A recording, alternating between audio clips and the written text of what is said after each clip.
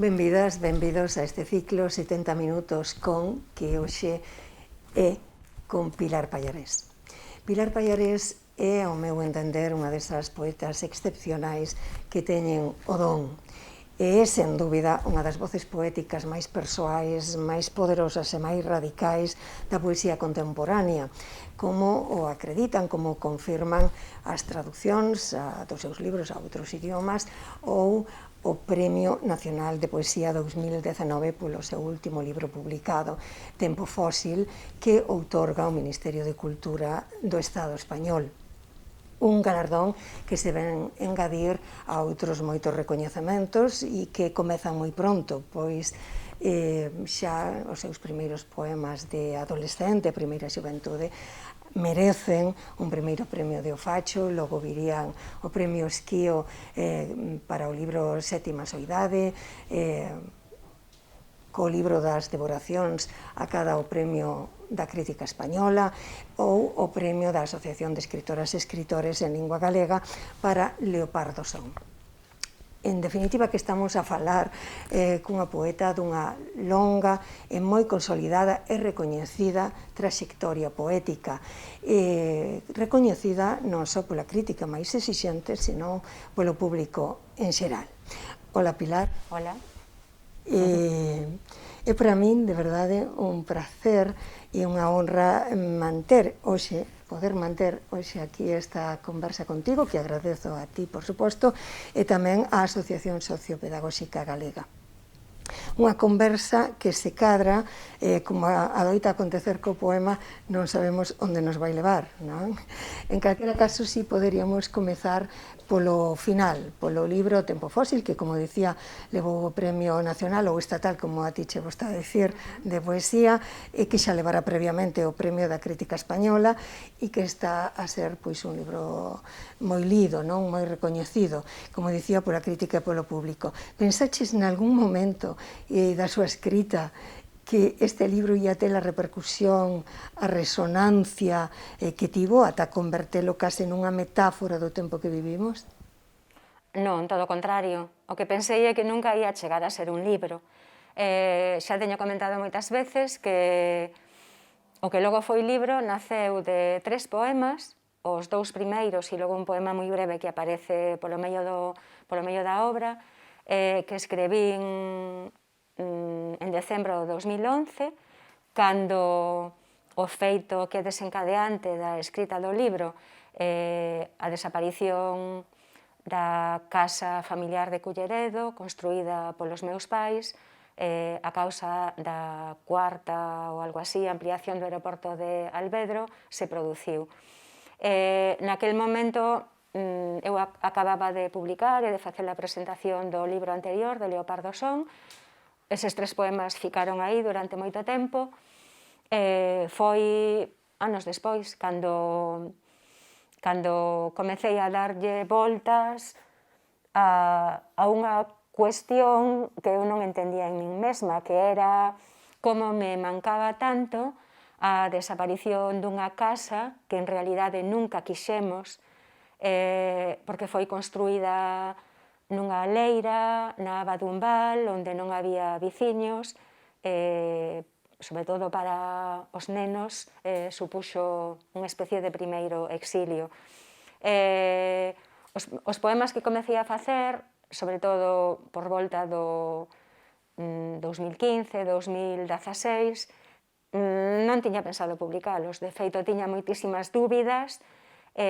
Sempre comento, foi Antón Lopo, o editor de Chan da Pólvora, o que me pediu cando abriron a editorial unha escolma de Carballo Calero, da súa poesía e un libro. Eu andaba co libro ás voltas, pero xa digo, con moitísimas dúbidas, foi realmente pola presión de Antón pola que o libro chegou a conformarse como tal e a sair. O sea, non sequer tiña pensado publicalo, nunca tiven tantas dúbidas con respecto ao que fago. Pero a poesía é sempre iso que vai do particular ao universal, non?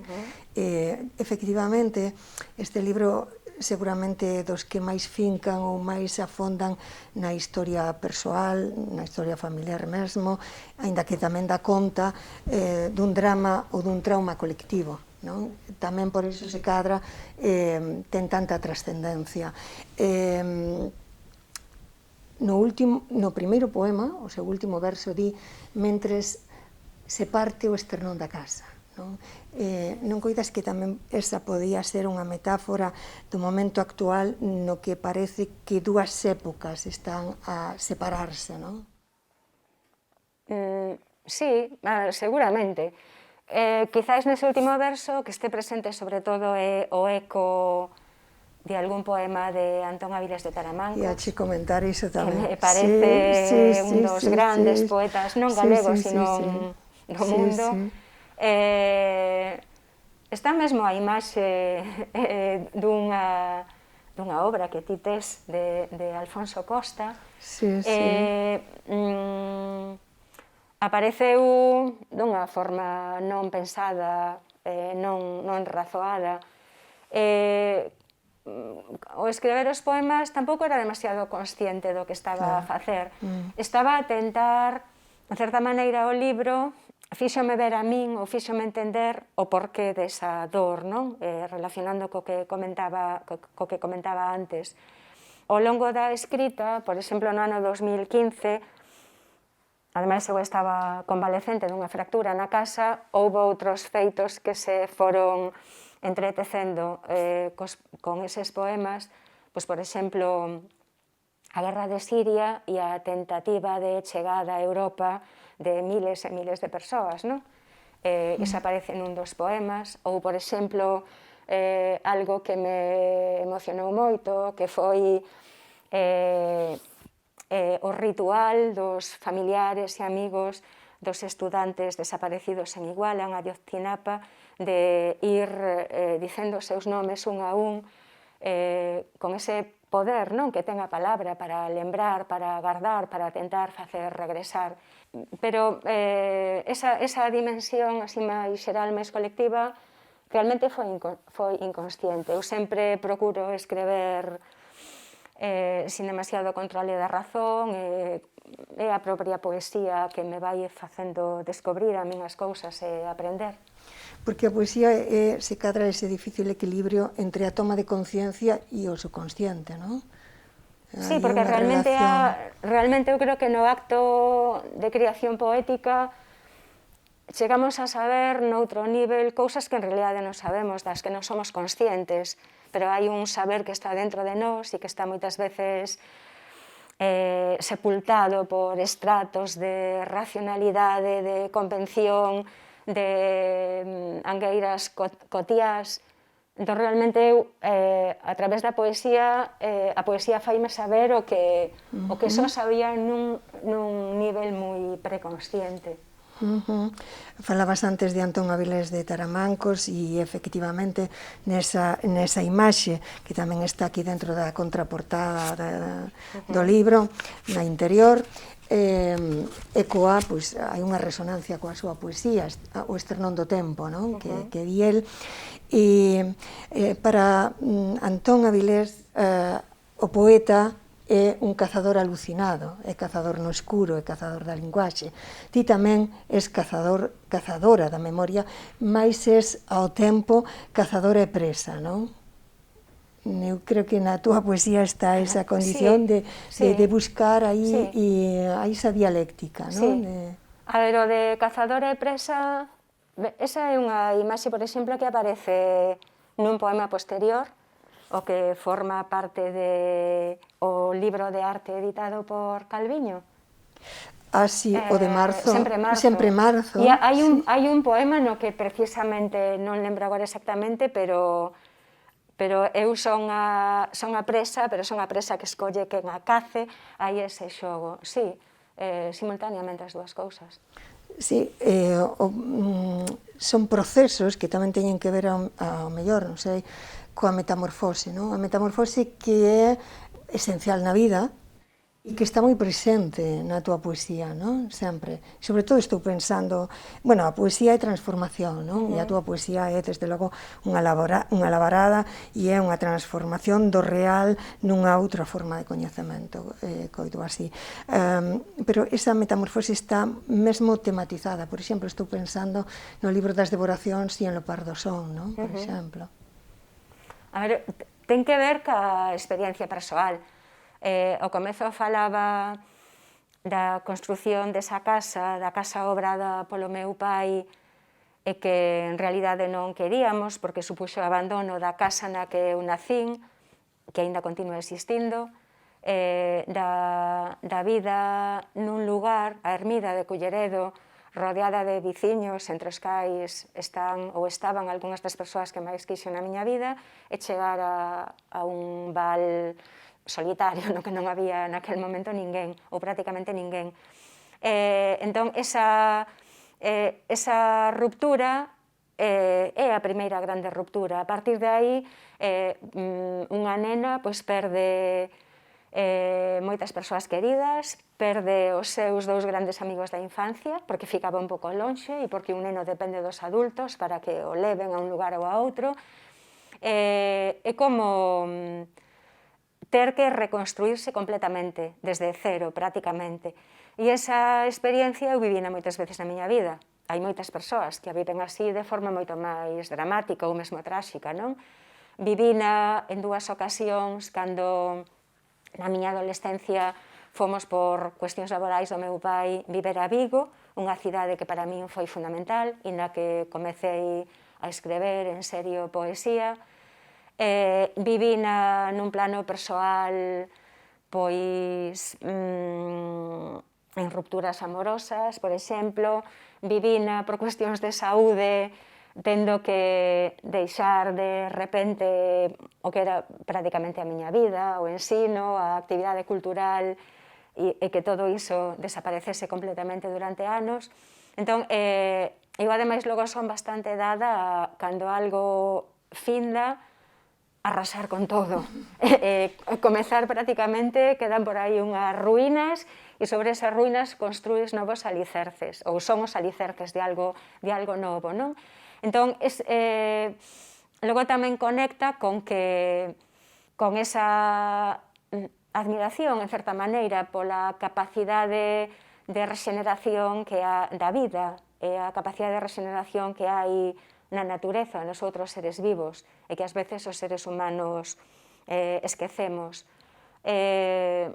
Do prácticamente nada que escribín no confinamento, hai un poema que parte así dunhas pombas, do que o único que me gosta é o verso final, e é algo no que creo completamente. No verso final digo: a morte persoal é unha cuestión humana, e é iso, é unha cuestión humana dos humanos dentro que vivimos desde a nosa individualidade e que esquecemos esa capacidade de regeneración, de que a vida continúe indefinidamente, eternamente, ainda que eso está por ver, por culpa da acción humana precisamente, que existe, non? E que nos temos esquecido completamente. Entón, sí, eso conleva, claro, a metamorfose, a esa capacidade de mudanza, de regeneración. Eu cuido, ademais, que a mudanza é unha condición sine qua non para que a vida continúe. A adaptación, digo moitas veces, non? É algo que, por exemplo, perden os vellos e que esa incapacidade está reñida completamente ca vida, claro. A vida é transformación, é metamorfose.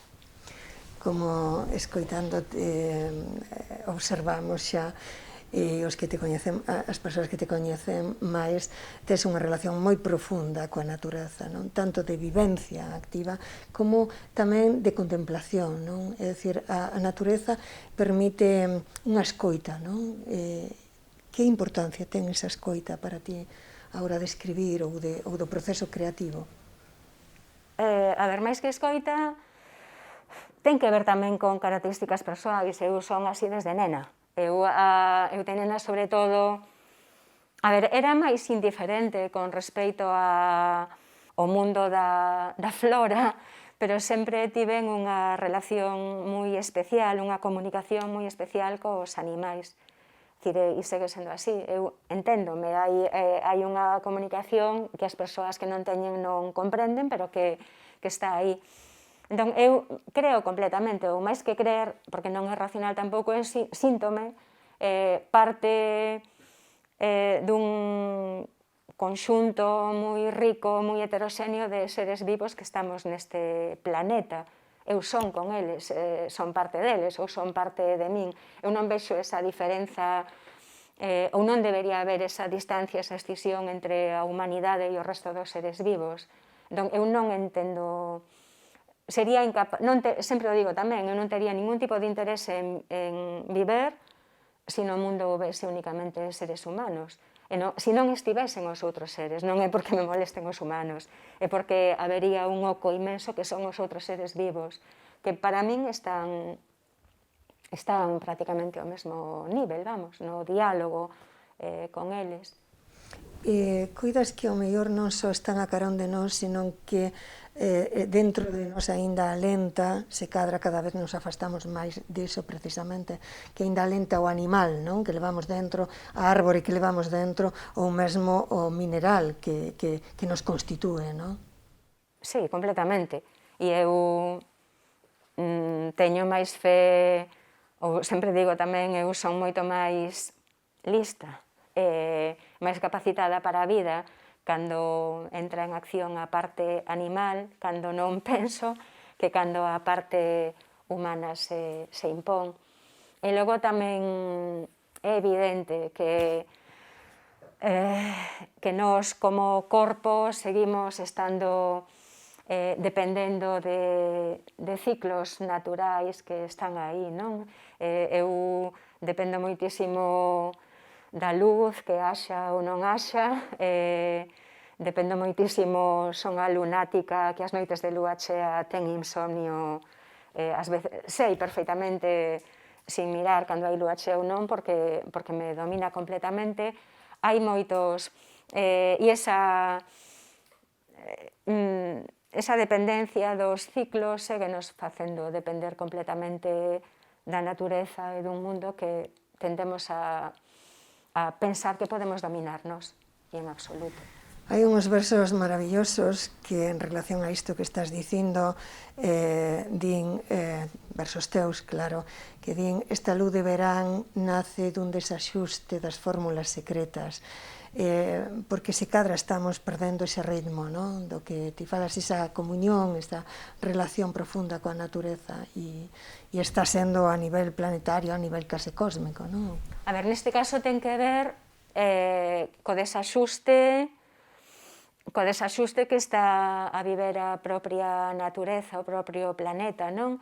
Ten que ver tamén parte dunha constatación do día a día, moi da observación así do que sucede, que é a desaparición das estacións prácticamente, ou que é estar rodeada ou dentro dunha luz que é de verán e que en absoluto corresponde ao verán, porque resulta que é o mes de setembro. Ou para min a luz, que é algo fundamental, a luz de Advento, a luz de Nadal, a luz de setembro, que me fai lembrar moito, por certo, a Torneiro, paseando polo centro da Coruña. Lembro unha vez que a atopei e andaba paseando simplemente para ver a luz de setembro, non? Ou a luz do mes de marzo. Esa orde, esa estrutura que nos sostén está completamente alterada pola acción humana. Entón, ese poema parte de aí, non? Dunha beleza nesa luz, pero que é unha beleza inútil e é unha beleza que realmente nace da destrucción, dun desaxuste. As fórmulas secretas que sosteñen o mundo é como se estivesen esvaíndo ou tivésemos destruído nós. Tal como falas, xa observamos algo que está moi presente na túa poesía, que é a atención ao concreto, non? É dicir, ti partes sempre do concreto, non da abstracción, digamos. Sí, eu móvome nun mundo de, é verdade, de concrecións, de materias, son moi pouco dadas abstraccións. Mesmo escrevendo, facendo poesía, cando o poema leva unha deriva demasiado abstracta, ten pouco que ver comigo, realmente fica aí, así como nunca chega a realizarse completamente. Falábamos antes de Tempo Fósil, que é o teu último libro. Eu coido que é un libro que ven pechar un círculo coa tua primeira obra, Entre Lusco e Fusco, é como se fose unha volta a aquel mundo que xa non está, non? E é un regreso tamén á infancia. Ti falabas antes da Ermida, non? Ese lugar con mayúsculas, con mayúscula da infancia. Coidas que en realidade nunca abandonamos a infancia, ou sí? Ou sempre está aí esa man que soña e aínda terma do ceu sen nada en baixo? Sempre está aí, aínda que en moitos casos tendemos a ignoralo, pero, a ver, non é únicamente que eu o pense ou que eu o cuide que é así, realmente é verdade que os primeiros meses e os primeiros anos na vida dun ser humano determinan moitísimas cousas, e sin querer ser determinista, claro, a visión do mundo, a cantidade de amor ou non amor recibida condicionanos completamente nas relacións que logo imos ter na idade adulta. Logo tamén hai ese proceso que se dá, eu penso, en todos os seres humanos. A medida que imos tendo máis anos, iso está moi presente nos vellos, é como se a infancia regresase, non?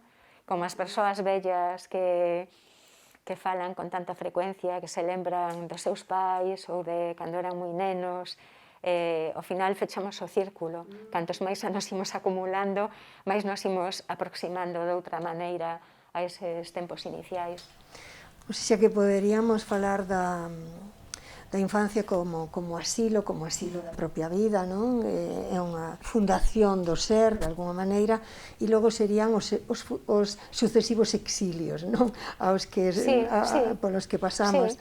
Ti falabas antes do teu primeiro exilio á nova casa que fan os pais, e tamén o de Vigo, que é onde se trasladan tamén, onde vos trasladades a familia, e un tempo moi importante para a túa formación, non? Para a túa aprendizaxe, a de Vigo, e é tamén un tempo no que empezas a tomar conciencia dese concreto que é o mundo social, político, etc. Un momento no que ten moitísima importancia unha persoa que é Moncho Valcarce, non? O cura de Sésamo, o cura das Encrobas. Como é esa toma de conciencia para ti? Pois realmente dase, nunca o tiña pensado, ven por varias vías simultaneamente, porque, por exemplo, os anos en Vigo, a primeira vez que chegamos a Vigo, e mesmo a segunda vez, claro, era a cidade, para min Vigo é a cidade, ten un ritmo urbano moito máis potente, non, que o desta cidade, que o da Coruña, e eu ia dunha aldea moi dependente da Coruña, pero ao fin e ao cabo da vida nunha aldea, e era o Vigo das loitas nos asteleiros, nunha época onde a loita política estaba aí moi viva. Simultaneamente, cada 15 días nos viñamos á casa de Culleredo, e o meu irmán, que é máis vello, e eu comezamos a ir ás misas de Moncho Valcarce, o cura de Sésamo, unha aldea da que, por certo, saíron moitísimos curas, e onde estaba un cura que non tiña nada que ver con todos os demais, que naquel momento concreto fora detido e estaba recluído no mosteiro de xa non lembro que mosteiro estaba, en fin. O meu irmán, a súa moza e eu comezamos a acudir ás súas misas, a asistir, e claro, para unha adolescente, alguén como Moncho Valcarce, pois foi unha... Un cura que facía a misa en galego. Que facíamos a misa en galego, unha misa na que nas fileiras de atrás, nas bancadas de atrás, sempre había homes descoñecidos que eran en realidade da policía secreta, con aquela identificación absoluta que tiña xente de Sésamo con el. Na primeira época, eu sempre o lembro tamén, Moncho a min coñeceume como unha rapaza muda, porque o achegábamos en coche a unha zona de Sésamo, o Casal, pero eu non falaba, porque eu son da primeira xeración de nenas de Culleredo educadas por pais galego-falantes en castellano, en español, e eu, sin saber moi ben por qué, sentía unha vergoña tremenda por falar español naqueles momentos, entón non me atrevía nin a falar. Para min foi determinante, porque foi a primeira persoa que me fixo ter conciencia do idioma deste país, e ademais unha conciencia deste país moi asociada á defensa das clases populares, e que tamén me fixo reflexionar sobre a miña pertenza a esas clases populares, a esa clase obreira, non? A que pertencían meus pais, a que pertence a miña nai. E ademais estudias despois a tua carreira universitaria é Filoloxía galego-portuguesa. E empezas esa carreira na Coruña. É dicir, unha cidade que tamén vai ter unha importancia bastante decisiva, non? Na túa traxectoria literaria, porque é aquí onde, da man da túa amiga Isabel Balaca, participas nas xuntanzas que Francisco Pillado, o director da Voz de Galicia naquel momento, facía na súa casa con intelectuais e persoeiros de moi diversa índole. Ali coñeces a Luis Seoane, que recoñece a valía da túa poesía e se empeña en publicar o libro, aínda que logo non o vexa publicado. Sí, a ver, eu teño dito tamén moitas veces, eu pasei a adolescencia pintando, e os poemas que facía, e os poemas que comecei a facer en Vigo, moi baixo influencia enorme de Pablo Neruda, de Celso Emilio Ferreiro despois, para min non tiñan maior valor. Eu escribía poemas a man nunha libretiña, e foi realmente Francisco Pillado, o director da Voz de Galicia, o que me fixo un día unha, entre aspas, encerrona na súa casa, e tratábase de que eu lle lese os meus poemas a Luis Seoane. Foi o único día que eu vin a Luis Seoane, pero para min foi completamente decisivo, porque el, cunha xenerosidade absoluta, pediume dúas cousas, que unha semana despois ou algo así participase no que ia ser o meu primeiro acto público, que era a leitura dos poemas de Lonxe de Lourenzo Varela, que acababa de morrer, nunha homenaxe que se lle facía no Ateneu, e que ese día levase organizado un libro. Entón, eu pasei a semana pasando a máquina estruturando un libro, e a mesma mañá que ia ser a homenaxe do Ateneu, tive unha chamada que me anunciaba que Seoane tiña morto a noite anterior, e os que se encarregaron de que o libro saíse adiante foron a súa viúva, Maruxa, Isaac Díaz Pardo, Marino Dónega, o propio Francisco Pillado. Realmente non decidín eu que o libro saíse, como non foi miña, por exemplo, a decisión de que ao final apareza unha sección de primeiros poemas en español, que é o idioma no que comecei a escrever, foi decisión de Seoane. É dicir, bueno, é o que sucede, é o testemunho de cal é a situación. Claro. E despois da Coruña viría a Santiago, a Universidade de Santiago, onde tes como profesor a don Ricardo Carballo Calero. Que importancia tivo na túa formación intelectual? Carballo foi profesor meu o derradeiro ano que el deu aulas. Foi profesor de literatura galego-portuguesa medieval.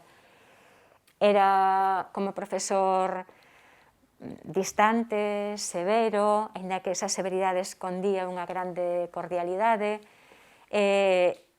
Para min foi, o primeiro profesor así de universidade de verdade que eu tiven, sin desmerecer os outros, pero el respondía a un modelo de profesor pois en parte de outro tempo, cas súas clases maxistrais, teñamoslle un respeito infinito. E logo a relación con Carballo deuse sobre todo despois, a partir do primeiro ano en que eu dei aulas no Arcebispo Xelmire de Compostela e dunhas xornadas de poesía galego-portuguesa medieval nas que eu participei presentando a Bernardino Agraña e nas cais empecei a ter unha relación máis persoal con Carballo. E logo, moi especialmente, nesta cidade, formando parte eu da directiva da Asociación Alexandre Bóveda, a Carballo trouxémolo moitas veces para conferenciar, íamolo buscar a Santiago en coche, e sempre despois das conferencias o levábamos cear, e aí Carballo non era xa o profesor ao que lle tiñamos tanto respeito, senón o colega, co significado primeiro que el lle daba, era un termo que quería moito, o colega que nos estaba, en certa maneira, pasando un facho, que era a conexión ca literatura e ca loita galeguista, nacionalista doutro tempo de preguerra, e que nunha época en que xa era moi marxinado, moi ocultado polo holding, como el dicía, estaba pasándonos aos máis novos ese facho, esa loita. E Carballo, en moitos aspectos, foi determinante, porque para min é un exemplo de, a ver, sempre o digo, é un xigante de saber, de entrega ao país, a lealdade, a humildade, a ironía, o humor, moitas cousas que o fan realmente iso un xigante da nosa literatura, das nosas letras e dos nosos estudos lingüísticos. Bueno, e a túa relación con el segue, non? Porque se ben fixaches en 1994, coido que é a túa primeira escolla da súa obra, Fillo de Eva, agora acabas de publicar con Chanda Pólvora outra antoloxía, Beleza, Verdade, non? Ti teste definido moitas veces fundamentalmente leitora, non? E que vai dunha lectura de Carballo de 1994 a agora? Cando Antón Lopo me pediu para Chanda Pólvora, non en relación co Día das Letras que por fin lle dedicaron a Carballo despois de tanto tempo, senón como proxecto inicial da editorial, porque foi desde o comezo en que Chanda Pólvora se fundou. Eu tiña moito medo de non saber facer unha antoloxía nova, porque eu son moi constante nos meus gostos literarios. Entón, dicir, pois realmente que vou facer a mesma escolma? A min hai poemas de Carballo que me parecen perfeitos, maravillosos, e vai sair o mesmo. E logo, en absoluto, porque entre unha escolma e outra está o paso do tempo sobre min. E na primeira escolma, aparte de cuestións, digamos, máis externas, como o feito de incluir poemas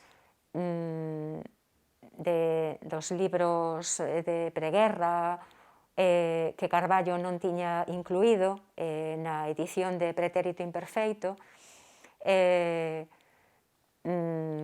figuraba, digamos, menos información externa sobre a obra de Carballo, no limiar que fixen.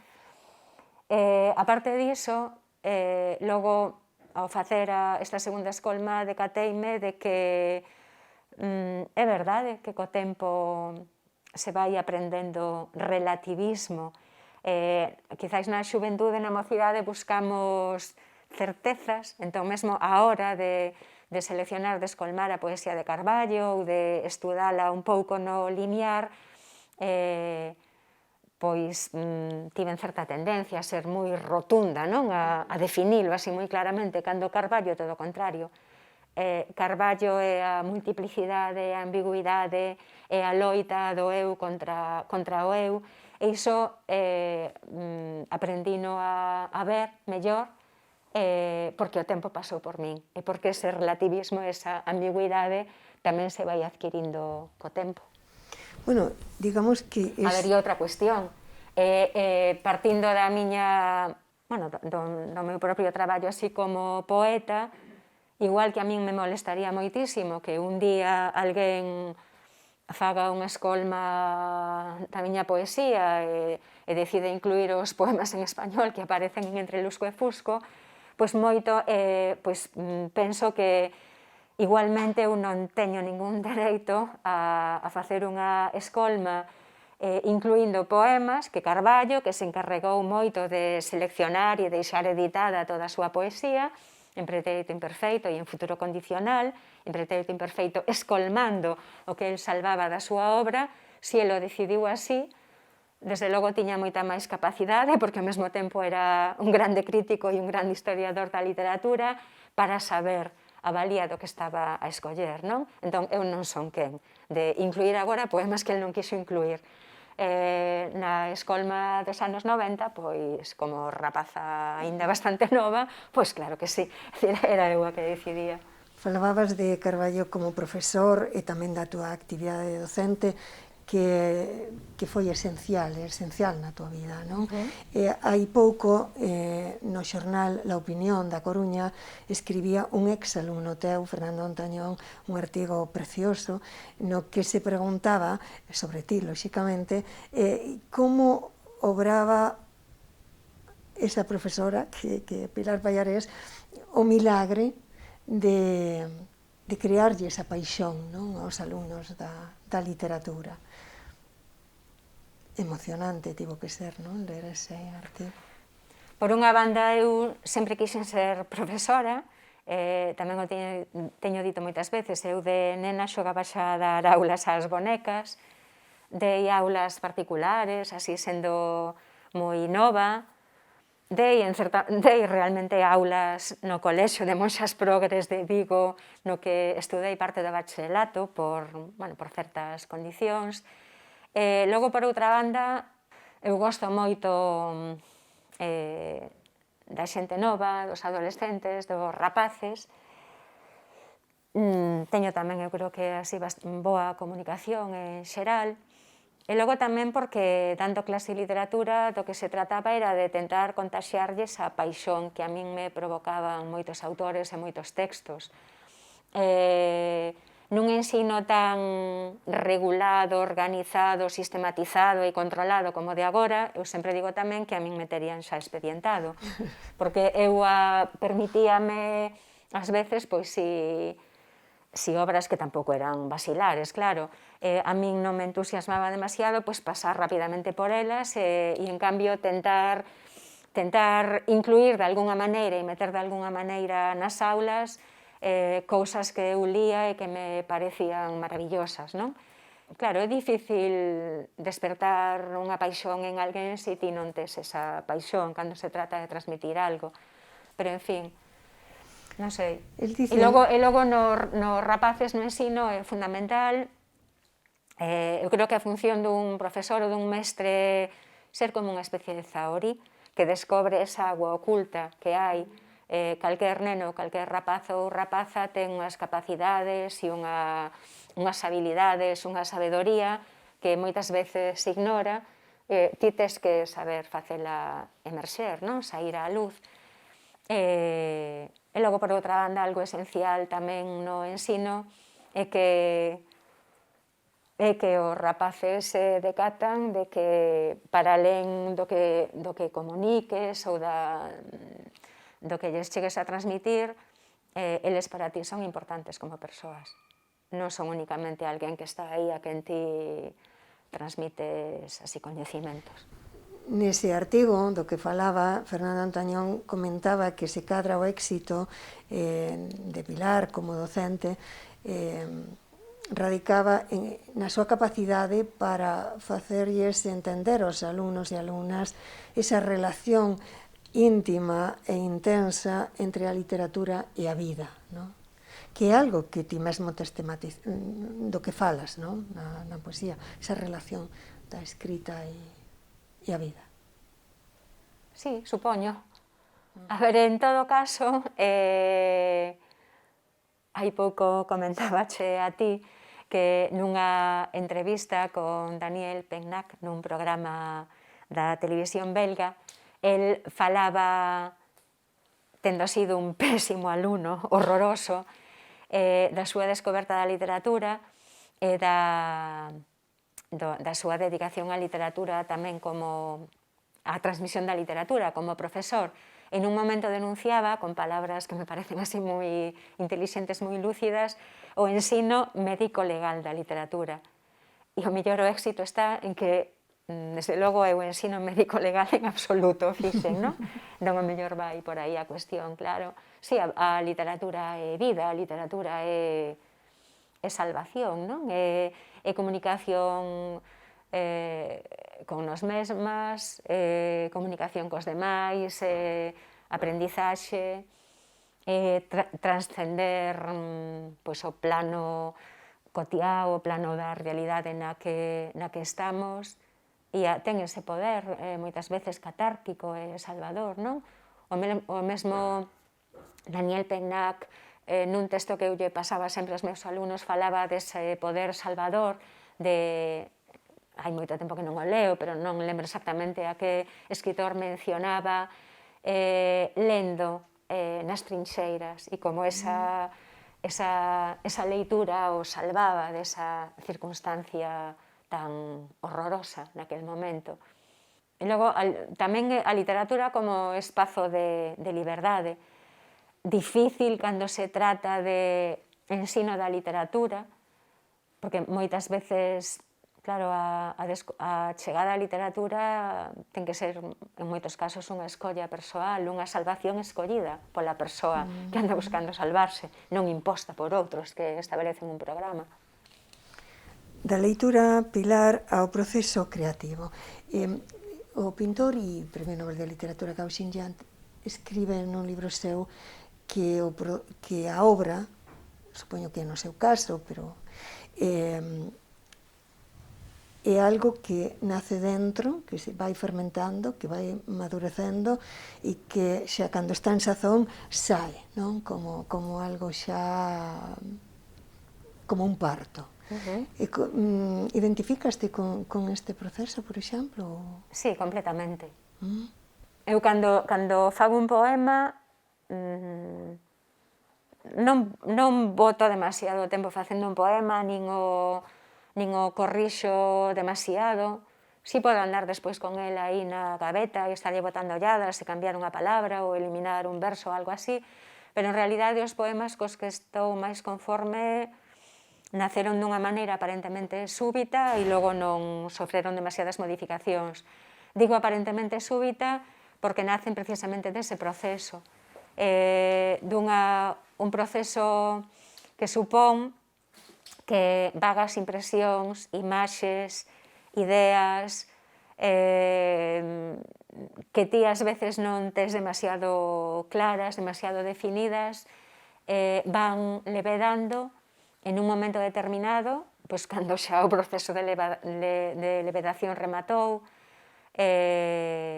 fan nacer o poema, e no meu caso ese nacimento ten moito que ver cun primeiro verso, cunha imaxe, cun ritmo que vai facendo que as palabras se encadeen e sempre dunha maneira pouco racional, tentando que o dominio da razón non este aí.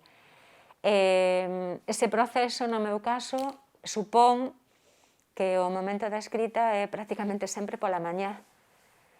Sendo profesora, claro, teño deixado de escrever moitísimos poemas. Únicamente faltei unha vez ás aulas por un poema que estaba a facer, pero hai moitos que quedaron aí en xerme e nunca chegaron a ser, porque supón ese momento no que hai maior disponibilidade, no que o cerebro aínda non está completamente condicionado polas preocupacións do día a día, por outras cuestións que están aí interferindo. o ritmo que a música do poema ten que ver tamén con ese aspecto irracional, non? Pero que é fundamental para a poesía, sí. O que pasa que o ritmo, en Tempo Fósil hai un poema sobre iso, o ritmo é tamén unha complicación, porque eu teño unha especie de ritmo natural que é o endecasílabo. Eu podería falar en endecasílabos prácticamente. Entón, hai moitos casos en que ese ritmo que en certa maneira armoniza, embelece, está interferindo completamente co que o poema quere ser, non? Co pensamento ou con esas impresións que aparecen no poema. Ás veces o ritmo que se me impón é o que me impede facer o poema. Hoxe, por exemplo, teño unha mañana que estaba preparándome e andaba por aí con versos e tal en endecasílabo, decir, eu teñome que libertar, pásame moitas veces, teño que libertarme dese ritmo para poder facer algo. E non obstante, Pilar, a tua poesía é sumamente depurada, é dicir, se algo a caracteriza é a utilización da palabra xusta e necesaria para o poema, non? Eu creo que ten que ver tamén con características persoais. Eu son moi maniática e tiquismiquis ca lingua. É dicir, moléstame infinitamente cando se utilizan termos que non corresponden exactamente, e creo que no poema trátase precisamente diso, que a palabra que aparece sexa a precisa, necesaria, imprescindível, a que de ninguna maneira se podería mudar por outra, non? Porque é a que atina perfectamente aquilo que o conceito que queres exprimir. Beleza e verdade é o título da escolla última que fixeches de Carballo Calero neste ano, e se lle dedica ao Día das Letras Galegas. Coidas que ese binomio vai xunto? Beleza, verdade? A ver, o título ten que ver con varios poemas de Carballo e con varias reflexións del en libros de entrevistas con Francisco Salina, con Carmen Blanco, con Pancho Pillado e Fernán Bello, nos que hai nesas entrevistas, en varias ocasións, el fala dese é un múltiplo que todos levamos dentro, e no seu caso unha multiplicidade que o levou a dedicarse a moitas tarefas diferentes, a ter moita intervención política cando era novo, aínda que ese intervencionismo político directo a él interesaba a causa, pero non ter ese protagonismo, ao teatro, á crítica, á lingüística, a deixar nun segundo plano para o público o que él se consideraba fundamentalmente que era poeta. E dentro desa multiplicidade, el di que somos moitos e que logo a vida vai deixando que uns saian á superficie e que outros fiquen aí sempre nun nivel moi profundo, non manifesto. Pero el aclara que, en todo caso, el non se considera político, nin se considera un intelectual, que a preocupación do intelectual é a verdade, e que el, que é basicamente un artista, digamos que está máis preocupado por chegar á beleza, non? Aínda que logo, en moitos dos poemas, afirmando iso, pois o mellor no poema seguinte desdise completamente, porque é sempre unha loita, non? E evidentemente detrás está Keats, está o seu famoso verso a beleza é verdade, a verdade é beleza, ou a inversa, e aínda onte era nunha película sobre un pintor que a verdade significa sempre beleza, non? Que a beleza está na verdade. Verdade que non é sinónimo, claro, de realidade ou de experiencia confesional ou demais. Na túa poesía, bueno, aparte da influencia de Carballo, Calero, hai outras falabas antes de Avilés, e podemos falar tamén de Luis Pimentel, sobre quen fixeches un estudo magnífico, que é un tratado realmente sobre poesía, un excelente tratado de poesía, pero tamén hai o diálogo con outras moitas poetas, por exemplo, pois Pizarnik, Silvia Plath, Marina Svetaeva, Irene Nemirovsky, bueno, etcétera, etcétera, etcétera. Digamos que, ademais desas intertextualidades ou desas relacións, tamén hai outras culturas, non? É dicir, ti tes verdadeiro aprezo por culturas diferentes da nosa, como poida ser a africana, etc. O que quero dicir é que a túa aposta é sempre pola diversidade, non? Polo diverso como sinónimo de vida, en contra do fixo ou do idéntico, non? Que sería máis como a morte. Sí, pero que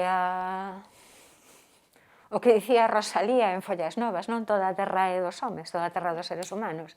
Ela falando da emigración, pero que esa é a visión tamén que teño. Eu non vexo... Existe evidentemente distancia entre unhas culturas e outras, entre uns sistemas de valores e outros, entre unhas formas de ver o mundo e outras. Ás veces esa distancia está dentro de nós, da nosa propia comunidade. E falabas do mundo africano, dunha África así en concreto, ca que eu teño relación por cuestións persoais, con moitísima frecuencia, ainda esta semana comentaba cun amigo, hai moita máis proximidade entre o sistema de valores e as formas de vida de africanos da África do Oeste na actualidade e a xeración dos nosos pais, que entre a xeración dos nosos pais e nós. Entón, esa... Bueno, para min é así algo impagável o ter podido, pois a través de relación de carácter persoal, chegado a viver desde dentro outra forma de vida, outra cultura, outros sabores, outras músicas, aparentemente moi distantes da nosa, neste caso africana. Na túa poesía está a desaparición, está a morte, está o desamor, non obstante, a túa poesía é tremendamente vitalista, non? Ti és unha persoa sumamente vitalista, ou polo menos como te vexo eu, e libertaria, diría eu tamén, non? Libertaria. Libertaria nun sentido pouco político. Eu sería, como me teñen dito familiarmente, o espírito da contradición e a que tenta facer sempre o que lle peta. Sí, a ver, moitos leitores e mesmo críticos fican moitas veces ca parte así máis pesimista, desolada da miña poesía, e é todo o contrario, porque eu sinto claramente ese poder, non? Esa capacidade de regeneración, de continuar adiante, de reconstruirnos, ten que ver tamén moito con cuestións persoais. Eu tamén o digo moitas veces, a miña visión de existencia é unha longa ringleira de obstáculos, pero que non van poder comigo. Entón, eu creo que iso tamén está presente na poesía, claro, porque eu son así. Entón, non hai... Creo que, ao fin e ao cabo, o que escrevemos é a plasmación do que somos, non? En grande medida. Ás veces non, ás veces hai en moitos autores impostura e hai pouca relación, pero si, para min, claro, un valor fundamental a hora de facer arte como ponto de partida a autenticidade, o cal non ten nada que ver con confesionalismo nin con cuestións dese tipo, non? Pero a autenticidade.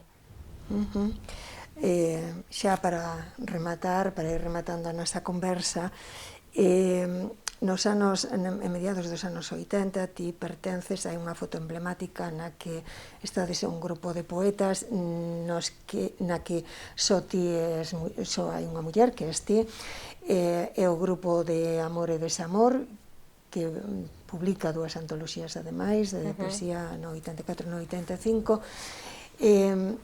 Que supuxo aquel movimento naquel momento para o sistema literario, para o noso sistema literario, e como atopas, que diferencias atopas daquela época á actual, non? É dicir, como evolucionou, como evoluiu o noso sistema, non? Xa, do colectivo de Amor e Desamor poderían falar moito mellor calquer dos outros 9 integrantes, ou logo moi especialmente, por exemplo, Xavier Seoane, porque eles foron os que o constituíron. Eu, naquel momento, estaba dando aulas en Pontedeume, na túa terra, viña aquí, pero non a Coruña, a Culleredo, nos fins de semana, e participei en non demasiados recitais do grupo, e houbo un único recital no que estivemos os 10, do que nos lembramos todos moito, porque foi en Carballo e éramos máis os membros os que interviñamos que o público, pero foi un recital glorioso, non?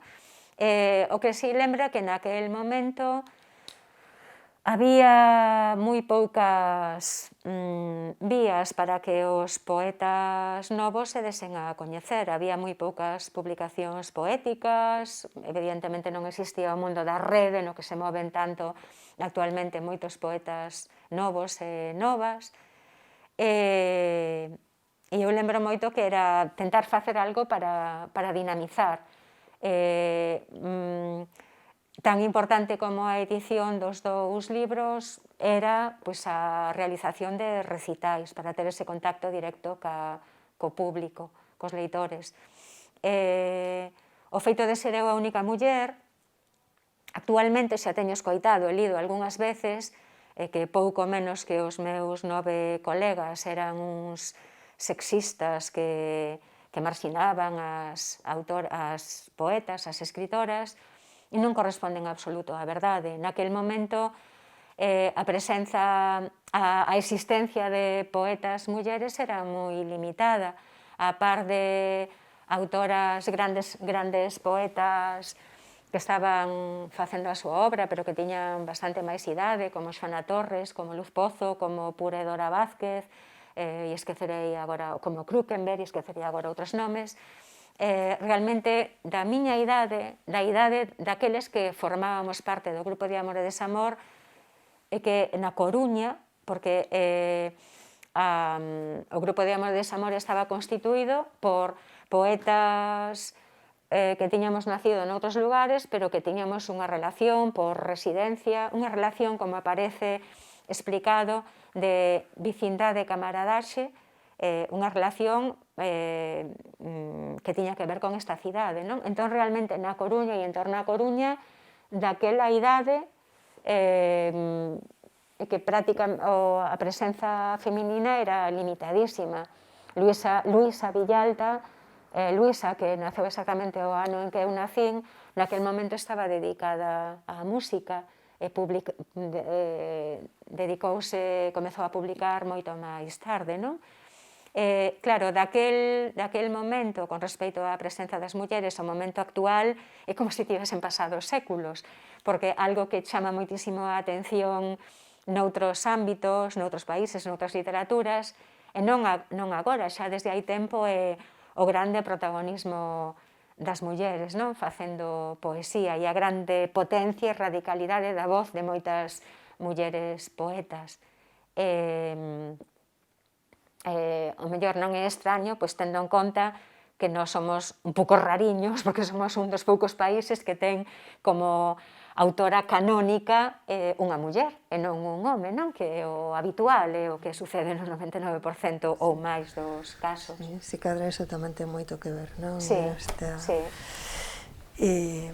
Ben, pois temos que chegar ao final, creo, porque baixe o tempo, xa ves, eu estaría aquí horas e horas a falar contigo, pero temos que rematar xa. Eu diría que xa, como para rematar, que ti esa poeta que ousa por amor desafiar os deuses, non? Porque o amor, que non falamos moito del, pero si é tamén un asunto, non? Fundamental na túa poesía. Sí, tanto que realmente o primeiro libro e o único libro no que non hai ningún poema de amor é Tempo Fósil. Non era consciente cando facía, pero é o único. Sempre o amor está presente, ademais era como unha forza motriz moi importante, non? Fundamental, sí. Moitas grazas, Pilar, un placer. Igual. Grazas, Eva. E grazas a SPG.